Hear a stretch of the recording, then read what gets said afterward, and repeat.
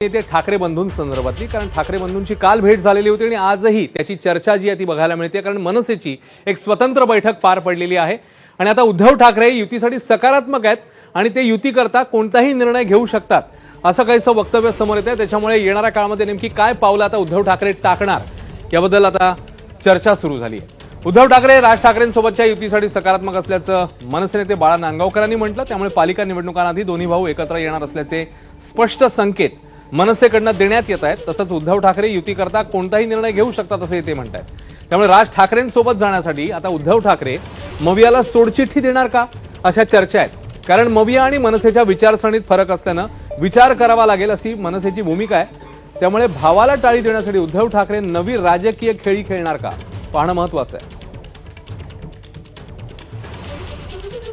एकंदरीत उद्धव साहेबांची जर तुम्ही भूमिका पाहिली तर त्यांची भूमिका अशी दिसते की आम्ही दोघा भावांनी एकत्र यायला पाहिजे, मग त्यासाठी ते कुठल्याही गोष्टीला ते तयार आहे आणि त्याच्यामुळे परंतु अजूनपर्यंत या विषयावरती काही डिस्कशन आमचं झालेलं नाही, काय करायचं काय नाही करायचं, पण चर्चा चालू आहे एवढं मात्र निश्चित आहे, पण या विषयावरती काही चर्चा नाही। महाविकास आघाडी तयारी दाखवली तर मनसे काँग्रेस बरोबर जाईल का? म्हणजे हा हायकमांडचा विषय, त्या विषयावरती मी बोलणं पण उचित नाही।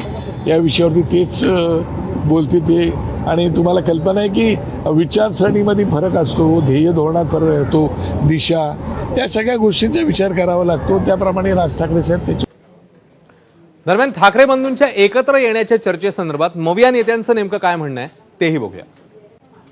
परवा काँग्रेसचे सगळे लोक उद्धवजींना जाऊन भेटून आले, नंतर उद्धवजी आणि राजजींची काल मीटिंग झाली। म्हणजे एका सशक्त लोकशाहीमध्ये चर्चा तर झालीच पाहिजे ना, चर्चेतूनच मार्ग निघतात। आमची भूमिका अशी आहे की महाराष्ट्राच्या हिताचं जे असेल आणि आमच्या समविचारी पक्षांबरोबर आम्ही नेहमीच आमच्या विचारधारेबरोबर एकत्र काम करायची आमची सगळ्यांचीच भूमिका आहे, कारण का आमच्यासाठी देश पहिला, मग राज्य, मग पक्ष आणि मग कुटुंब। राज ठाकरेंचा प्रवेश झाल्यानंतर पुढची भूमिका काय, तर आम्ही स्थानिक नेत्यांशी चर्चा करतो। उदाहरणार्थ मुंबईच्या सर्व नेत्यांबरोबरची बैठक लावली आहे, त्यावर चर्चा करू, आघाडीच्या दृष्टीने चर्चा करू, राज ठाकरे साहेब आल्यानंतर काय भूमिका राहणार आहे ही चर्चा करू। ह्या निवडणुका लोकल निवडणुका आहेत, प्रत्येक निर्णय काही वरच्या पातळीवर व्हावा, राज्य पातळीवर व्हावा किंवा दिल्लीच्या पातळीवर व्हावा अजिबात गरज नाही। आम्ही हायकमांडला नक्की विचारू